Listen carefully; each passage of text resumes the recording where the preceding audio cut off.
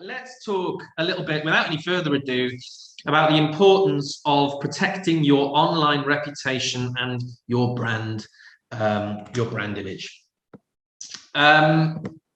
So my name's Dan Jenkins. I'm a strategic marketing manager here at Wagada. As I say, you'll get all of this afterwards. So you've got my email address in there if you don't have it already. I'm a big Twitterer, but best place to catch me will be on LinkedIn. I'm a big LinkedIn advocate, and you can drop me a line, ask me any questions afterwards, but do reach out and connect. I'd love to get connected on LinkedIn if we're not connected already. I head up our West of England office, which is in Cheltenham, and I'm based in Evesham. Sorry, can I just check, just because my video is playing up a bit on the right-hand side. Can everybody see me okay? Am I coming through on video? Yeah? Thumbs up? Marvellous, fab. Yeah, so I head up our West of England office, and I'm based in Evesham, but as I say, you're speaking to me now. I'm in our Hertfordshire location. I'm in St Albans for a couple of days, and so as you can guess, it's not all about me, and I'm part of a wider team, a fantastic team of specialists who cover areas of digital marketing, from search engine optimization, which is one of our core specialisms as an agency, right the way through to PPC advertising, organic social media, paid social media, and also email marketing. We're HubSpot partners, the list goes on. So we do look at a full kind of 360-degree approach to digital marketing here at Wagada. And Gabby's given us a bit of a shout out and said we've got an incredible team. So I'm not going to question that. I completely agree. I couldn't agree more. So thanks for that, Gabby. So a really exciting one for me, this one, actually, because I love brand, and it's not, you know, just about businesses and companies. It's about brands. So, you know, let's be honest, what is a brand? Because I like big brands as well, you know, and they stick with us, and we have them in our minds, whether it's, you can see on the screen here, Coca-Cola, Nikon. A brand is something that really kind of stays with you on an emotive level. It takes it one step further to it just being a registered limited company. It's a full identity, you know, it's multi-layered. It goes beyond the ins and outs of the business and the product or the service that they deliver, whether you're B2B or B2C. I put Manchester City down in the bottom left because in recent times, I would even say that sports and sporting organisations are really looking at their branding now. They're not just representing a town or a city. You know, Tottenham Hotspurs have fans from the other side of the world because they might have key players who play for them who are international. And so more than ever, those sporting organisations have to really consider their brand. An example of where perhaps a brand is not managing its reputation too effectively in that area could be the Exeter Chiefs, who are a major rugby club in the English Premiership for those who support or follow rugby. And, you know, there's a whole movement of Exeter Chief fans for change because they want to rebrand, because the whole kind of Native American branding and advertising and using of those icons to kind of represent a sporting team can carry with it a huge amount of negative connotations. So that is a brand effectively that's doing very well on the sporting stage, on mainstream sporting stage.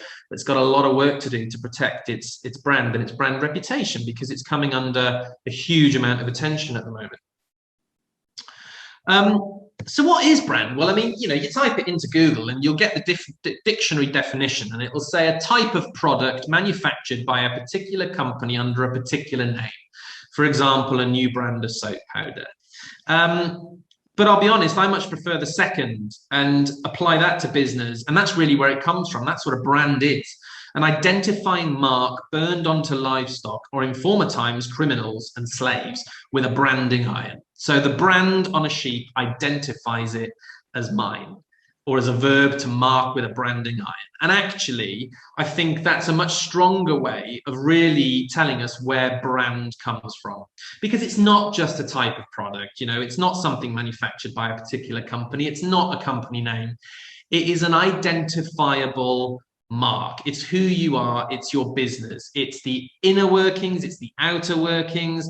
It's the core values of your brand, you know, and that when you have that effective brand, that's what takes you one step further from just being a company, just being a sole trader or a corporate entity with 300 seats, whatever it is, and just selling a product or a service. And you really need to consider that at all times, that are people emotionally bought into you and your brand, and does your brand have that ultimately that brand reputation, and a good one. So how do the big brands always get it right? And then I rewrote it and I said, how do the big brands often get it wrong? Because we can learn so much from brands that we're familiar with on a day-to-day basis, and how they struggle to maintain a strong kind of brand reputation. David Beckham. You know, David Beckham took out a major deal with Brill Cream, a long-term deal. It was a multi-million-dollar or multi-million-pound deal for X amount of time. He was a brand ambassador, so Brill Cream would then align themselves with him. You know, when he takes out that kind of influencer responsibility with Brill Cream, who I will say, once upon a time, I was actually very brand loyal to. I actually quite like Brill Cream, although it's greasy stuff, it works. David Beckham took it out for a long time, and then halfway through, he decided to shave his hair. Now, that was completely out of control of Brill Cream. You know, they didn't plan or know that David Beckham was going to shave his hair.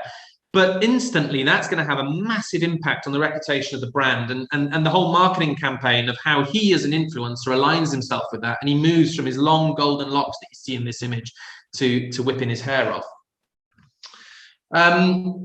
Madonna took out a major campaign with Pepsi. And, you know, you want to talk about brand. Pepsi Cola are two of the biggest kind of brands that have been in a war for decades. You know, it goes right the way back to even kind of the Second World War, where one brand was seen as the token, the chosen kind of soft drink for Allied forces overseas, you know, and the long time marketing war between Pepsi and Coca-Cola has absolutely raged on. And then in the late 80s, you know, Pepsi took Madonna on for a big campaign with her record Like a Prayer. Through their own lack of perhaps foresight, they didn't look at the music video before it went live. And then when the music video went out, we had burning crucifixes and Madonna gyrating all over the place, right? And that did not go down very well for the marketing plan for Pepsi. And instantly, the impact that that had on their reputation was huge. And at a time when they were at the peak of that marketing war with Coca-Cola, they totally misread the room, and they completely got it wrong. But why is this important? Because actually, these are elements that are within a brand's control. And it's so easy to remember that when we see our brand reputation, I'm going to talk a little bit in a moment about word of mouth, but, you know, we think about these aspects that are outside of our control. And you could look at this and go, oh, well, come on, you know, that was the influencer. Madonna had a responsibility. Not really. The responsibility sits with Pepsi. You know, they're in control of that. They could look at their internal workings and their internal process to decide, you know, how they want to manage this so that when they bring on an ambassador such as Madonna, that they manage it effectively so that the brand is completely in control of their own output and what impact that can have on their reputation. Just finally on that, because I think it's probably the most important one of all in terms of kind of where brands brought on ambassadors and it had a massive impact on their reputation. This is probably the biggest one, is Nike, who took on Oscar Pistorius, you know, and the rest speaks for himself. I mean, talk about misjudging, you know, and that was one where you could argue that really it was very much out of their control. You know, they brought on an ambassador, they brought on an influencer, somebody to live and breathe the brand, and they didn't see the direction that that was going to go in terms of his legal situation, and even, you know, pending kind of prison sentence and after the whole court process and where that would go. But, you know, Nike do a very, very good job of kind of getting their brand message out, who they are. And of course, it would have meant a huge amount of work for their marketing, PR and communications team to sort of manage that. But they do a very good job of managing the communication and the output and what they want to be seen out there. But it's not always about influencers and individuals and people that we bring on that we can sometimes go wrong. And nowadays there's a lot of content out there. I seem to say this in every webinar or training session that I do, because it's true. Content is absolutely everywhere, and we digest an enormous amount of content. And sometimes we want to get stuck into that and we want to cut through the noise. And it's okay to be a bit different. It's okay to put some marketing content out there that is going to stand out, because you need to, because brands are trying everything. But sometimes we can totally misread the room, and Greggs, who do some quite interesting marketing campaigns now, they're actually up there with one of the more highest turnover or highest revenue for food retailers in the UK. And when I first read that a couple of years ago, it surprised me a little bit. But then when you stop and you think about it, and you go, well, do you know what? They're on pretty much every high street, the length and breadth of the UK. You call into any service station and there's a Greggs, They're in Iceland. They've got ranges now there. And then at Christmas 2017, they brought out a campaign where they swapped Jesus with a sausage roll for that advertising campaign.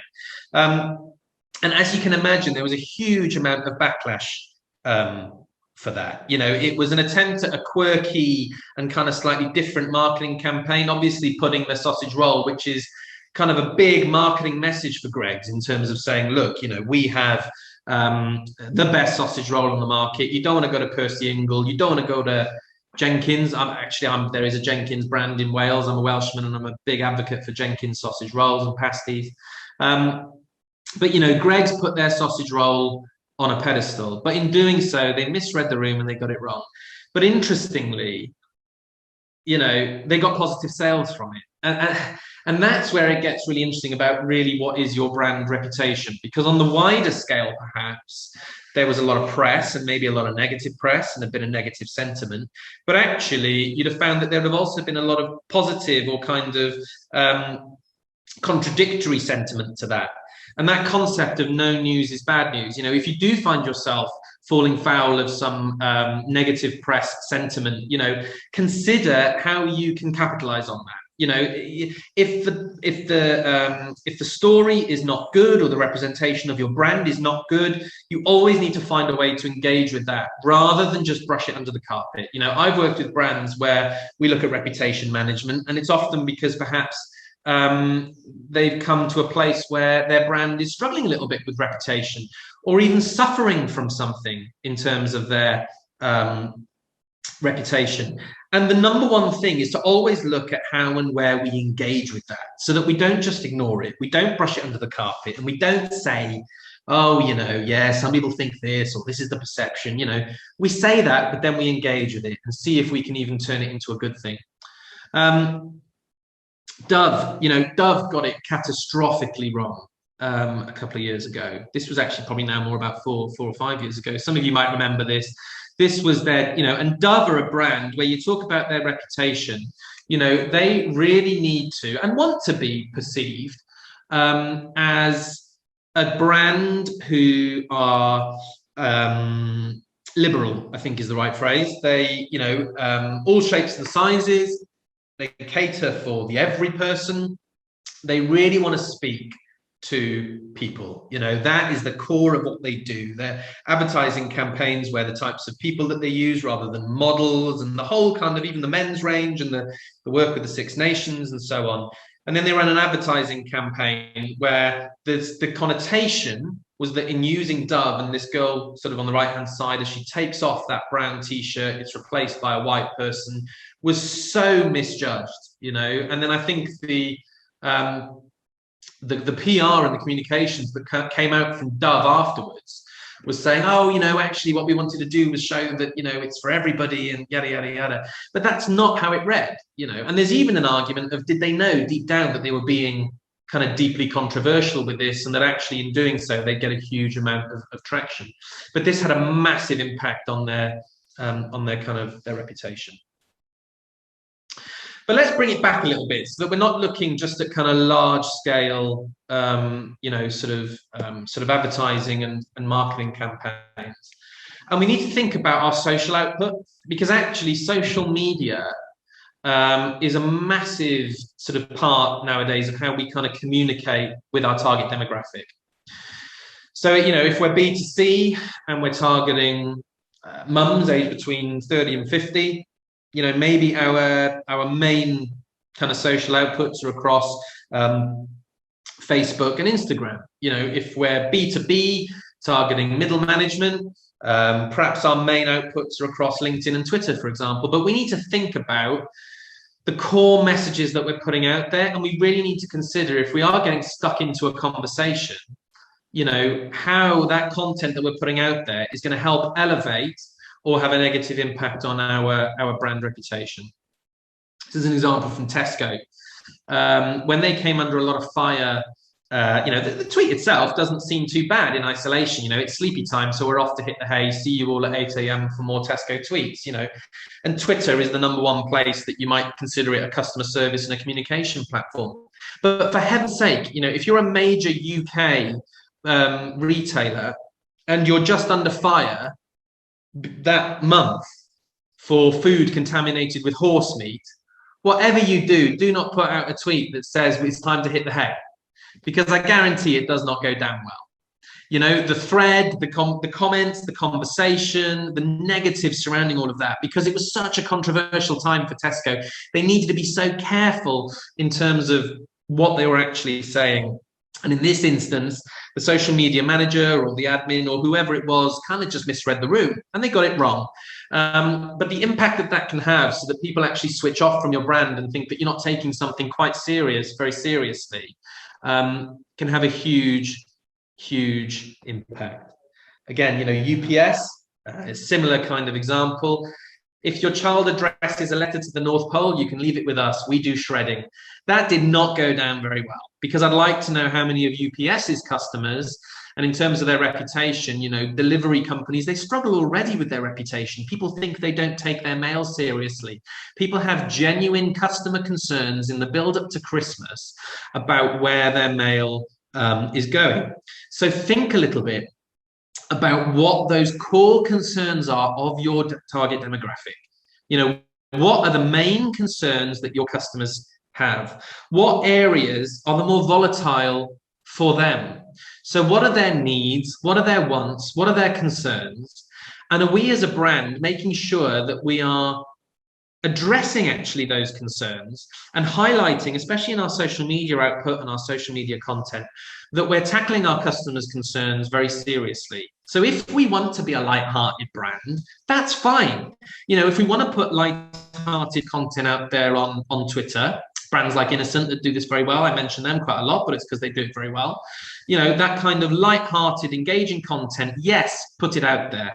But what you don't want to be doing is taking that kind of light-hearted approach and kind of just plastering it on the issues and the areas of your brand, your company, your service delivery that your customers take very seriously, or that they have key concerns in, and then being flippant about it. Because again, when mums and dads are really concerned about, where the mail might be going at Christmas time with gift giving, or where their child's letter to the North Pole is going to end up, UPS got it wrong. And just finally, because it's such a recent kind of example, it's actually quite funny. If there are any football fans in the room, I don't know, but Tottenham Hotspur, I think this was literally last month, they announced that they were delighted. They were delighted to announce that Dulux UK, the nation's #1 print brand, were their first ever, official paint sponsor. Immediately, Dulux weighed in when comments start coming with tweets about how the trophy cabinet needs to be dust-free before they start painting, and how the dog could probably do better than the current centre-back. Where that came from, we'll never know, because the tweets were deleted within kind of 1 or 2 hours. But I would suggest that was actually potentially quite poor internal communication at Dulux, because you do wonder, was there actually a very clever marketing campaign going on there? And that Dulux had always planned to, well, the phrase is to troll Tottenham and to go in and kind of be quite aggressive in their tweets about the quality of football at Spurs. But the deletes within an hour and the apology comment and everything would suggest otherwise. But why this is really important is that it highlights that potentially a social media admin or somebody managing the day-to-day social media output of the brand was not potentially aware of the bigger picture. I'm not sure how important they knew it was that Spurs had just kind of linked up with Dulux as a first official paint partner. You know, perhaps what money was involved with that, what that really looked like for both brands, and how important that was on announcement day, because it looks like they totally got it wrong. You know, I mean, there was a huge amount of content as well of the dog on the ground and running out the tunnel and so on and so forth. So that was something that had a massive impact. However, I'd be interested to know if Dulux saw sales spike that month, because the amount of press that they then got off the back of this, you may well find that actually they'd have seen a financial kickback in one way or another. So what can we learn from this? Because that's what this is all about. You know, we can look at these brands and other companies. I mean, I can share so many other examples of where, you know, brands have gone wrong, but this is where it's on a major scale, and we can use this stuff because it's in the public domain. And what can we now learn from this? And how do we need to consider this for our brand in terms of our brand and its online reputation? And I think the most important thing really is about building trust, okay? If as a brand, we have the trust of other people, then we're winning, whatever that looks like. You know, trust is key in order to increase lead generation and customer acquisition, but also increase lifetime value and engagement from our target market. Now, those points are ordered 1 and 2 because naturally the mind goes, well, number 1, we bring in customers, and then number 2, we keep them. But actually, the second point there is more important now than ever before. You know, I'm talking so much to clients about increasing that lifetime value and that long-term customer engagement, because we are in such a volatile time at the moment. So your brand reputation is not just important in terms of kind of bringing in new customers, but it's about going, what is our reputation across our current kind of customer base, so that we get them coming back time and time again? You know, how are we communicating to them? How are we building trust through our brand and our brand's reputation, so that that lifetime value, that repeat visit, that number of times that they come on our website or engage with our product and service, whether they're a customer or a business, can we increase that right now? Because we're having to be so reactive in the kind of the marketplace, that can we try to engage as much as possible with those that we know are really warmed up with our business, so that they think very highly of us and they come back time and again, so that when they start referring more at networking events or school playground gates or wherever it may be, that then further down the line, they're so heavily invested in our brand that they won't go anywhere else. So users are kind of seeking out, it's a very cold term, users, but it just means, you know, those that are using our website, those visiting users, or those consumers that kind of digest our content and what we put out there. They're kind of seeking out and consuming trust signals, you know, more than ever, and without even realizing it. You know, the way that we engage with online content is so different. And so we're looking for these trust signals everywhere, subliminally. So endorsements, you know, do we have endorsements? Do we have those badges of honor? Is a really good phrase, actually. You know, across our website, across our email footers, across our social media feeds, do we have those stamps of, you know, finalist at XYZ award this year? Just got somebody in the waiting room, so I'm just going to admit. You know, do we have those endorsements at the bottom of our LinkedIn profiles? You know, those testimonials from clients and businesses and people that we've worked with, those skills that people have upskilled us and said, yes, do you know what? Joe Bloggs is absolutely fantastic, you know, at delivering enterprise solutions for major businesses. You know, do we have those at every touch point? And if we're missing some touch points, then we need to kind of really introduce those endorsements. Do we have ambassadors? Now, brand ambassadors are actually really, really key, I think. I'm working on a really, really exciting campaign at the moment, and with one of our clients, actually. And a big part of that is looking ambassadors and looking at different tiers of ambassadors, where we almost have a sort of a first, a second, and a tertiary level ambassador. So, those primary level ambassadors, they're going to live and breathe the brand. The secondary level are more perhaps influencers who could be creating social media content and kind of getting on board. And then those tertiary level ambassadors are those that might engage and share and retweet. Think about who those ambassadors are, because they could be clients, they could be customers, they could be high profile individuals that you have a connection to in one way or another. Having those ambassadors on board, but having those right ambassadors on board could really go well for your business. But please don't use Madonna unless you're really going to think about proofing everything that she puts out. Social media handles, like these are a major trust signal. Even if you don't use Twitter very regularly, have that Twitter handle on your website, have that Twitter icon on your homepage. I know it sounds basic, but it's a subliminal trust signal to say that brand is out there and it's communicating. Social proof in the form of customer reviews, and I'll come on to that in a bit more detail in a moment. Social proof is a lovely phrase. People are looking for social proof. If Jack uses Brill Cream, Jack's hair looks great. He shouts about it. It must be good. I'm going to go and buy Brill Cream. Brill Cream's brand reputation has just had a boost. And Simon, who's just seen Jack's hair, might have never even seen an advert for Brill Cream before because they don't advertise on TV. Case studies, these are so important actually for your brand reputation. So many businesses, I'm sat opposite a table and we start to hear stories about clients, businesses they've worked with, projects they've done. And I'm looking through the website and that is absolutely not shining through. And you get the little carousel at the bottom that says, we've worked with Kodak. But then you go, but are you really cutting through with a fantastic case study about the work that you did with Kodak? And even if you can't say the brand name Kodak, can you say major international photography brand? Because I'm sure you can write a case study for pretty much any business that you worked with without saying exactly what that business is. That in itself is going to do a huge amount for your brand reputation. So key. Let's get them where we can. And meet the team.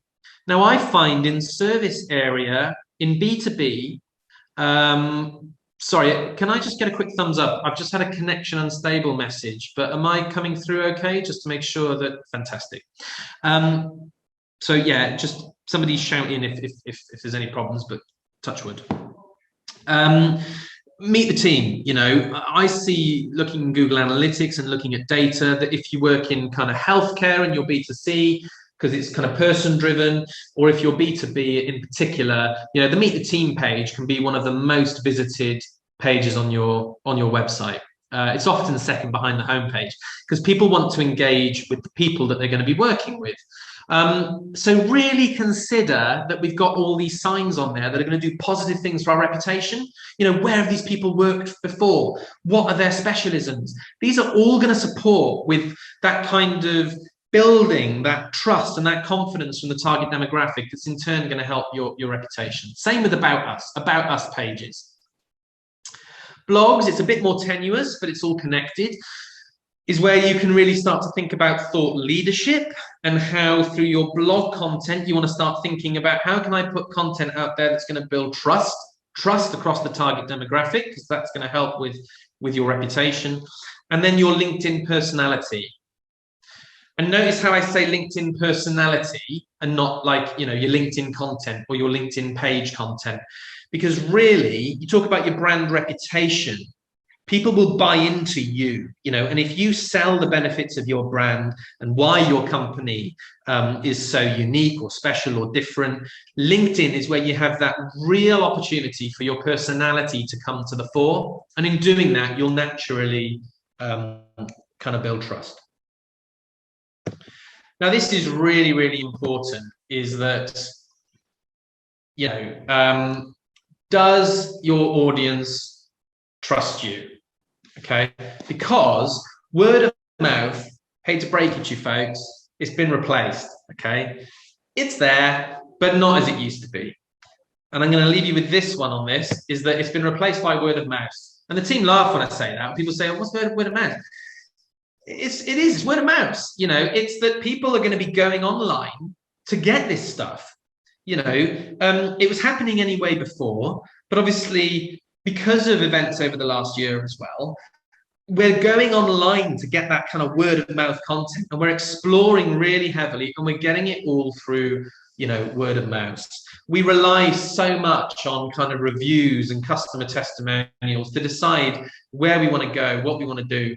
I went on holiday several years ago to Florence, actually. I don't know if anyone's been. If anyone's been to Florence, put it in the chat. Favorite European city, actually. I absolutely loved it.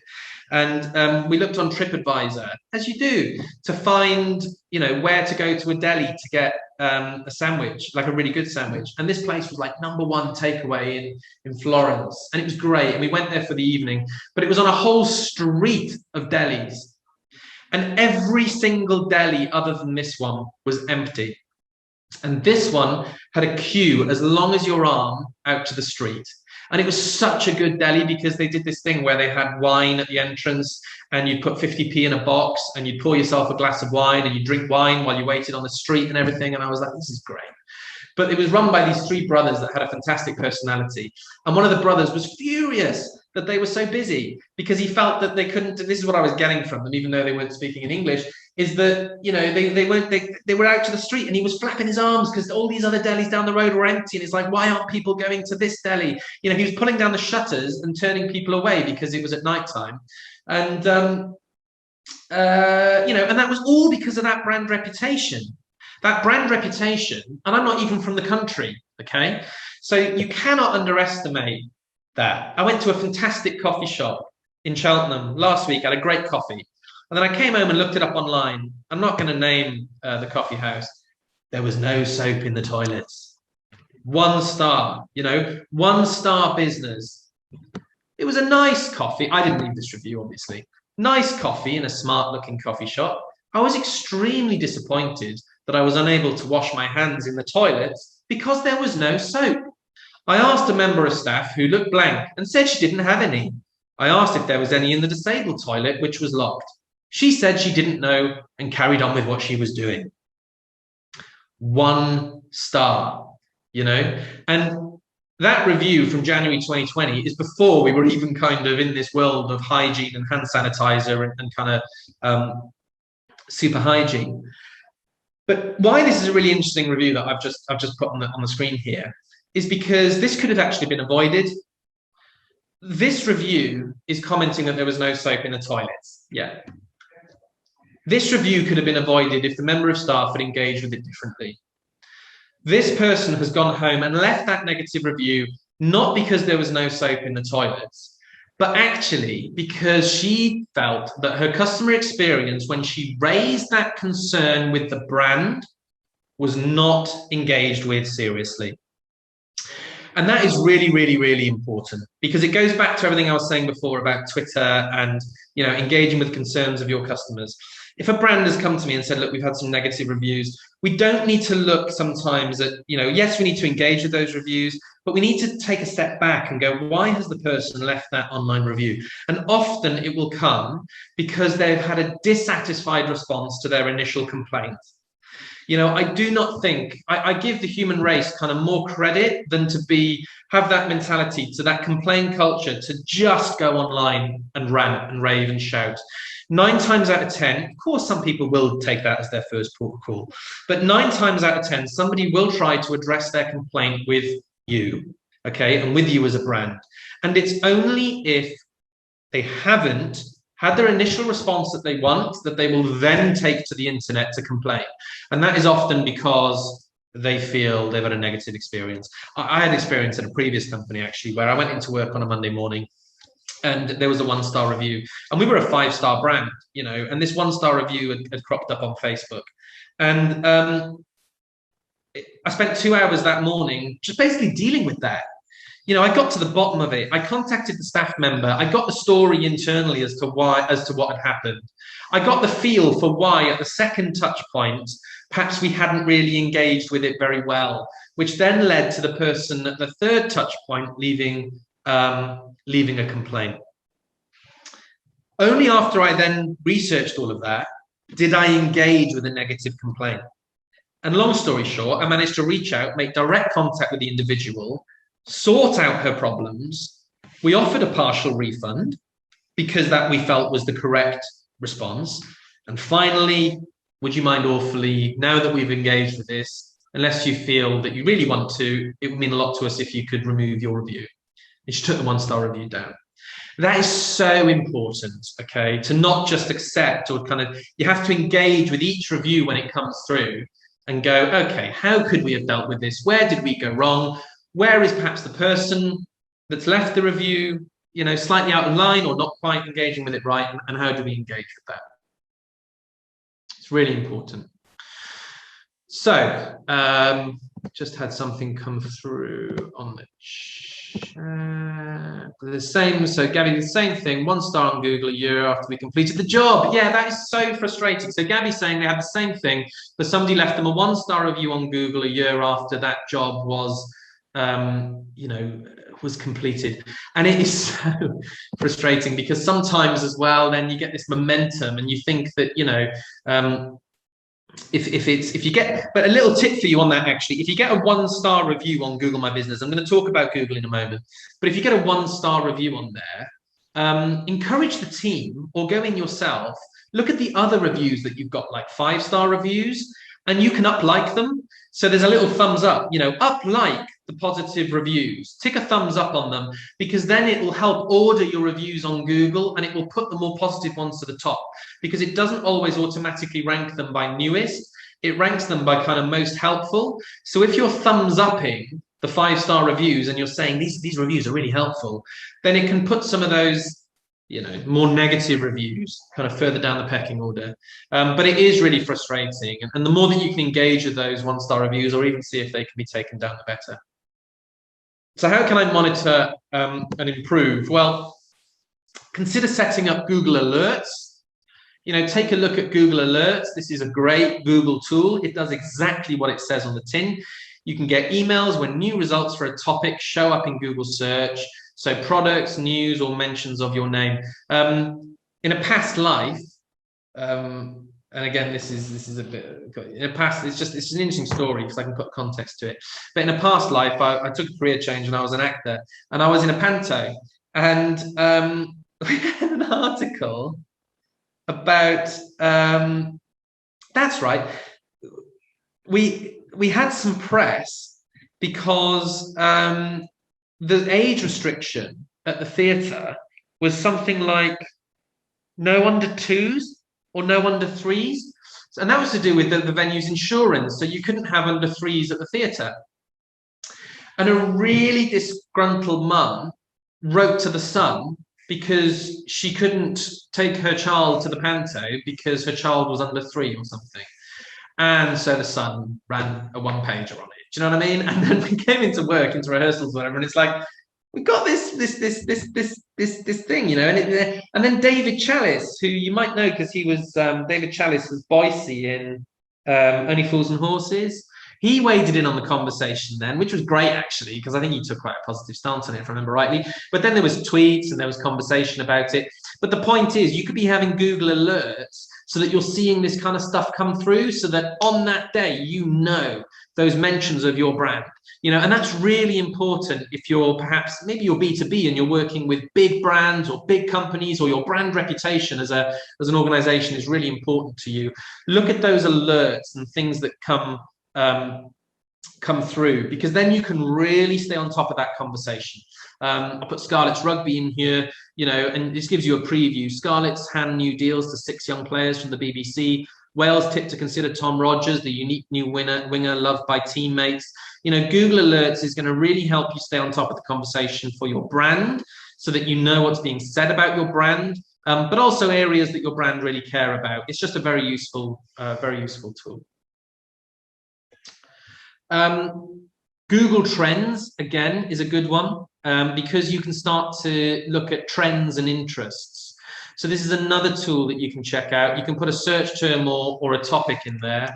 And why this is good is it's perhaps less about your brand and your brand name, but a little bit more about trends of interest. So again, I put Scarlett's in here and I see these trends. You know, what would be really interesting is then if you look back and you go, what was happening at these times? What was going on for the club? What was going on for the region? What was in the news? To see that kind of trends of search and engagement for the brand name. But you know, what's good is you can see kind of the related queries, the related topics in there, so that especially if you've got a brand whereby your brand name is quite key. So obviously I work with startups, for example, that might have 0 searches a month for their brand, but I might work with companies that have 2,000, 3,000, 4,000 monthly searches for their brand name, you know. And so then it's really good because you can look at the kind of key related topics, or when people are searching for the brand, what are they looking for as well? So how can we kind of keep an eye on that in terms of what the general conversation is surrounding our brand and not just our actual, actual brand name? And, you know, track and listen on social media. You know, this is a little screenshot actually from HubSpot. HubSpot have a great social media management tool, but Sprout Social is also a very good social media kind of listening platform. And through some of these platforms, you can then gain things like sentiment. So if you're social listening, you can be listening on social media, not just for kind of mentions of your brand, but you can get reports which will tell you kind of what is the sentiment of the conversation. So is it a positive sentiment? Is it a negative sentiment? Perhaps you could get positive and negative sentiment for keywords surrounding to the main services or the products that you sell. And then you can get these gorgeous pie charts that will say like 58% positive, 32% negative, or like, you know, 30% negative, 2% neutral. But it'll give you that feel for the landscape and the conversation surrounding surrounding your brand. So when we're listening though, and you know, that's all kind of understanding, isn't it? That's all getting a handle on, you know, what's actually going on kind of out there. But we also need to engage. So I've kind of touched upon this, but you know, take ownership of Trustpilot, you know, be in the lead, be in control. If you don't have a Trustpilot listing already, I highly recommend that you set one up, claim your free business account. Somebody might have already gone on and left you a Trustpilot review, okay? Go on there and claim it. I'm working with a brand that's had one Trustpilot review, and sadly, it's a negative one to a 5-star business. It gets really good reviews, but one person has decided to go onto Trustpilot and leave that 1-star review. So now we have to look at a plan of action to engage with that review, but also to build up positive reviews on Trustpilot so that we're combating it. Something really interesting to note as well about Trustpilot. So this is kind of Wagada's, for example. It does an aggregate thing, which is actually quite good, but it's really interesting. If you have a Trustpilot listing and you first set it up, if one person leaves you a 1-star review, you're not a 1-star business on Trustpilot. You're a 3-point-something business, okay? Because it has an algorithm that suggests that it needs a certain number of reviews to give you an accurate business listing, and it averages things out. So if your first 4 or 5 reviews on Trustpilot are all top stars, 100% brilliant, you will still not be a 5-star business on Trustpilot. You will be a 4-point-something business because it weights it. It weights it down because it says, you know, is this absolutely right yet? Only when it gets to a certain number of reviews, I think it's beyond 10, that it will start to give you a more accurate star rating. So do drive up those Trustpilot reviews so that you get that average trust, because it's like an average. You want to get that average Trustpilot rating as high as possible. So do consider that with your Trustpilot account. You want to respond to all reviews in a timely manner. You want to consider template responses for positive reviews to streamline the process. You know, don't overthink this too much. You can have that kind of template which you just deviate from on a case-by-case basis. So I work with brands where we go, well, look, we'll have a positive, a neutral, and a negative response, and then we're going to tweak it and we're going to tailor it. You know, so the negative one, you know, you might not want to engage with it too much in the public domain. Could be as simple as, I'm really sorry to hear that you had a poor experience. Actually, no, I'm really sorry to hear that you felt you had a poor experience with us. Notice the difference. The difference between I'm sorry to hear you had a poor experience, and I'm sorry to hear that you felt you had a poor experience. Let's talk about that. So, you need to do that research, don't you? Again, I'm talking about before, find out what that complaint is about. So do consider templating those responses to kind of streamline the process a little bit. Be professional and considerate at all times. There's nothing worse than responding to a review and it's really, oh, I'm sorry that you were dissatisfied. Our team have gone through lots of training.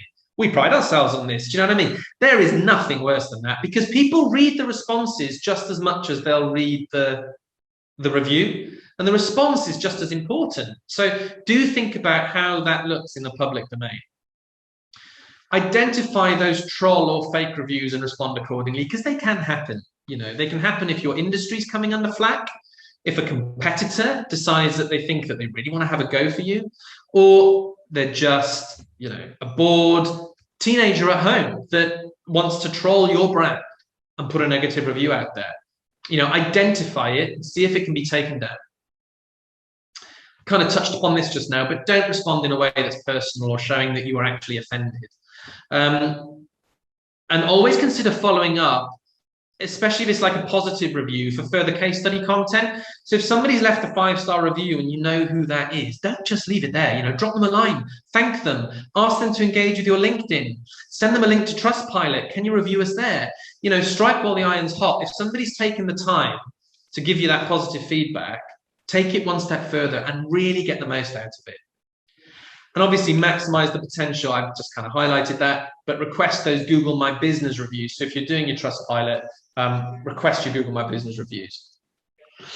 And do not underestimate the power of Google My Business in B2B and B2C. So this is what's called, the local pack, your local Google My Business listing. You want to request reviews for this as a priority. Because one-star review makes you a one-star business, and that's not good. So get those 5-star reviews coming in so that if you do get that 1 in 100 or 1 in 1,000 or whatever it is for your brand, if you do get that 1-star review, let those 5-star reviews really balance that out. They're also actually a ranking factor, and actually what I mean by that is ranking, being visible on Google is not just about the keywords. Google takes all these different signals and considers them. So your positive reviews and how you respond to reviews are actually a ranking factor. So do consider that as well. They will be considered for your keywords and your website visibility on the search engine results pages. Consider the subliminal impact of ratings. So if somebody's looking for your brand, you'll be amazed. That corner of the eye, yellow, those 5 stars. And your Google My Business listing does also pull in ratings from elsewhere on the web. So if you've got those reviews and those stars on Yell or Bark or any of these other kind of directory websites, it can pull it in. This is just a great screenshot on that, actually. Literally from home. This was literally yesterday. I did a search for, what did I put? IT support services near me. And interestingly, it throws you those brands. And I just had a little scroll through. And it's just so interesting how, as a user, I'm going to go straight to PENDAS and First React Limited on the left there, because I almost gloss over all those ones that haven't even got any reviews, and they just say no reviews. That's your social proof is gone. There's no trust signal there. And even PENDAS that only has 1 has caught my attention. But First React Limited, I'm going to look at that because it's got 4.7 stars, which actually feels more real than just 5 stars. It's quite authentic. And it's got 19 of them, So it's amazing the subliminal impact of that. Engage with PR. So this is all about engagement now, just to kind of bring us to sort of the latter part of this. And, engaging with PR is really, really important. We've had some great PR this is a campaign we're working on with a client of ours, Croft. This grassroots initiative is really exciting. And it's getting a huge amount of traction. So we are so on top of that conversation. because the campaign is the grassroots initiative, but the brand is Croft. So we're engaging with content on Twitter. We're looking at what people are saying on Facebook. We're monitoring the PR output so that we can not only report back to the client, but engage with it on a public scale. Engage with that PR output that's going out there, not just from you, but from your, from those that are speaking about your industry. And put that good content out there. Like if you've got a good story to tell it. Your company updates, movers and shakers, that can be really good PR. You get somebody into the business who's just filled a really exciting seat or come from a fantastic company, and they're going to have a really positive impact on your brand. Do a press release about it. They can get exposure in movers and shakers and things like that. Charity and corporate social responsibility. Do you have a charity output, or do you have a partner, or do you align yourself with a mindset or a movement that can really help bolster your brand reputation? Corporate relationships and collaborations. Who do we work with? Who do we work for? How do we work together with these other brands? Because if you put all of that content out there, again, it's just reinforcing, the value of your company. And finally, thought leadership and industry insight. That is so important. Am I authoritative within my field? Do I really know what I'm talking about as a business leader or a business owner or an employee? And then put it out there on LinkedIn in your content. That's going to really help just sort of bolster your brand reputation. So finally, just to conclude, so be a thought leader. I've kind of touched upon this, but get involved with industry insights. Showcase your knowledge and expertise on LinkedIn. Focus on your personal knowledge and skills and showcase those. Bring the human element to the fore. That's so important. And personalize your approach. And that personalization is key, actually, across all these things that we're talking about. Whether it's email marketing, your Twitter communications, your LinkedIn output, do consider personalizing your approach. Finally, never underestimate the power of employees. I'm just going to touch upon this, but I think it's really important to conclude. You want to know a brand that's under fire right now? It's the Conservatives. And actually, it's really interesting because, political parties, branding is massive. You want to look at brand colours, yellow, Lib Dems, blue, Conservatives, red, Labour, Green Party. Branding is massive in politics, actually, and there are so many people that are the fence sitters, the swaying voters, and they really buy into the brand of it all and the identity of that political party. And we've only got to type in Conservatives, and what do I get? Tory Islamophobia. This is literally yesterday, a search for Conservatives. Tory Islamophobia inquiry, anti-Muslim sentiment remains a problem. UK's ruling Conservative Party has Islamophobia problem from a report. And then we've got something about Rob Roberts, Tory MP, told staffer to be less alluring. But if I turn the page, this is the guy that we're all talking about, isn't it? Let's be honest. And let's consider this is an ex-employee. This is a disgruntled employee, effectively, who's damaging a brand. Now, whichever way you want to look at that, if you want to say he's an heroic whistleblower, or you want to say he's he is just an unhappy employee that didn't like the way he was treated and he's bringing the company down. You cannot underestimate the power that an ex-employee actually can have and the impact that can have on your business. So encourage your employees, especially your happy ones and your engaged ones, to review you, to get online, to review you on Glassdoor. I always say it, this is another catchphrase that's in so many different ways, it's important, but happy employees are the best brand ambassadors, and it's true. They're the ones that are going to have your back. They're the ones that are going to shout about you to other businesses and business leaders. Take ownership of your Glassdoor, your recruitment profile, and encourage employees to review. And remember, I always say you can incentivize a review. You just can't incentivize a positive review. So don't be afraid to offer somebody a bottle of champagne, or an Amazon voucher to leave you a review, whether that's a customer online or a member of the staff.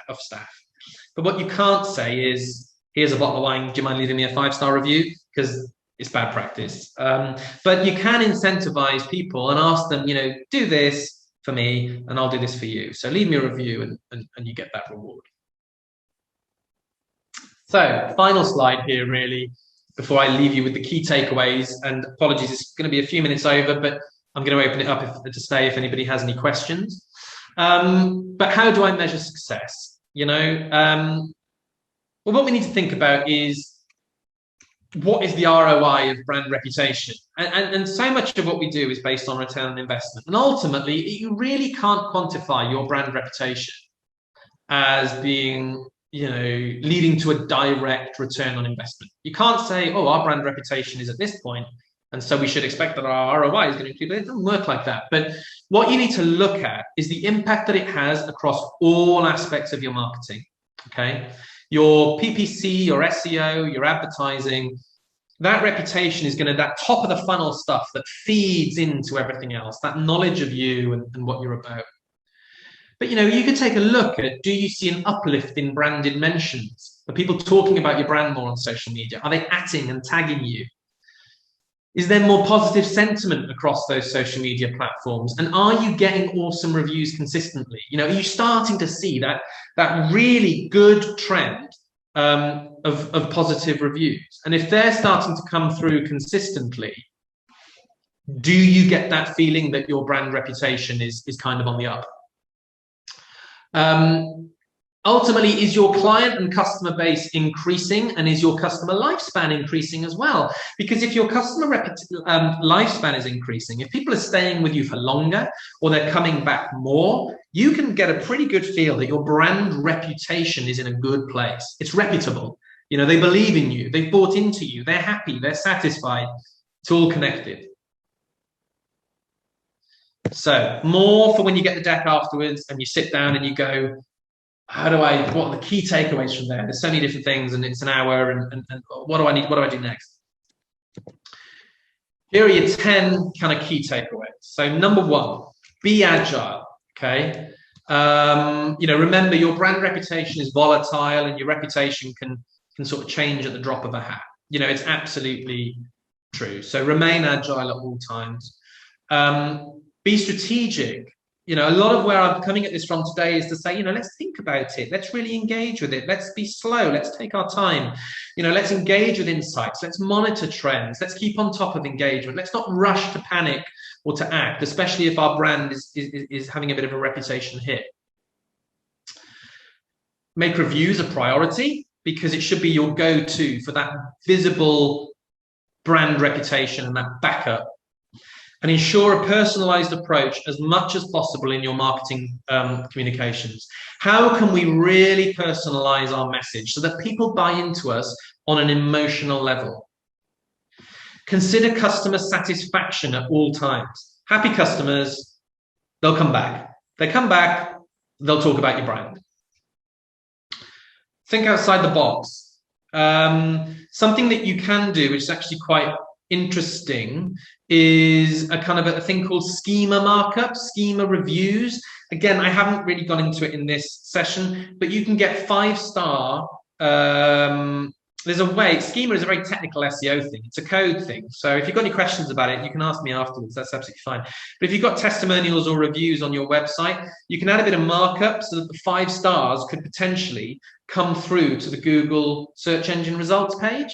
So those times that you search for recipes and it's things like best chicken curry recipe, and you see those recipe websites, and on Google it says like 5 stars, 4 stars. Some of that is through code. So that can be quite useful just to kind of reinforce on the homepage. But those case studies that we talked about, those trust signals for your brand. Engage heavily with employees. Minimize the risk for negative brand reputation from ex-employees. Do not fall into the Dominic Cummings trap for your business. Listen to your customers. If there's a strong trend of opinion or negative sentiment, maybe they're right. Maybe you're not doing something quite right. And that's okay, because you need to just engage with it and adapt and develop and change or pivot in your output.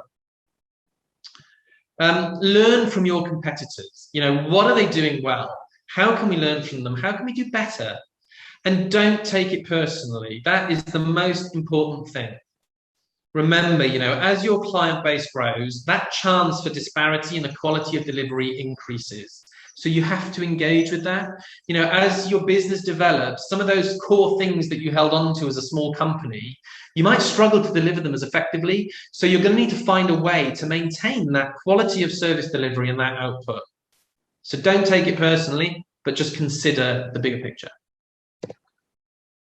And that's it. And that wraps it up. So, yeah, I hope that was beneficial. Before I just quickly open it up to any questions, a bit of a shout out for our next session. So you'll get all the link in the follow-up from Bex, but we're doing one on Wednesday, the 23rd of June, which should be really good, especially if you're B2B, but how HubSpot can help you develop a sales funnel that actually works. So we're going to be talking all about HubSpot and a HubSpot sales funnel. That's going to be a 2-hour workshop. So do take a look at that one. And yeah, if anybody's got any questions, I would love to open it up. Or if you want to message me personally on the chat or even catch me separately, that's fine too. But whilst we're here, I just want to open it up to the room for any final questions, really. I'll give it a minute. Feel free, as I say, to shout out or chat box it.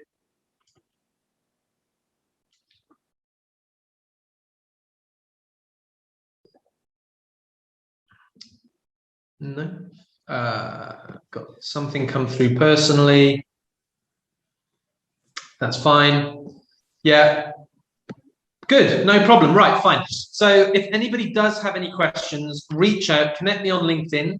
I hope you found that beneficial, and I hope it helps when you start to really think about kind of your brand reputation and thinking outside the box. But yeah, in the meantime, have a lovely end of the week. Have a great weekend. And yeah, let's get people talking about your brand. Cheers. Thank you.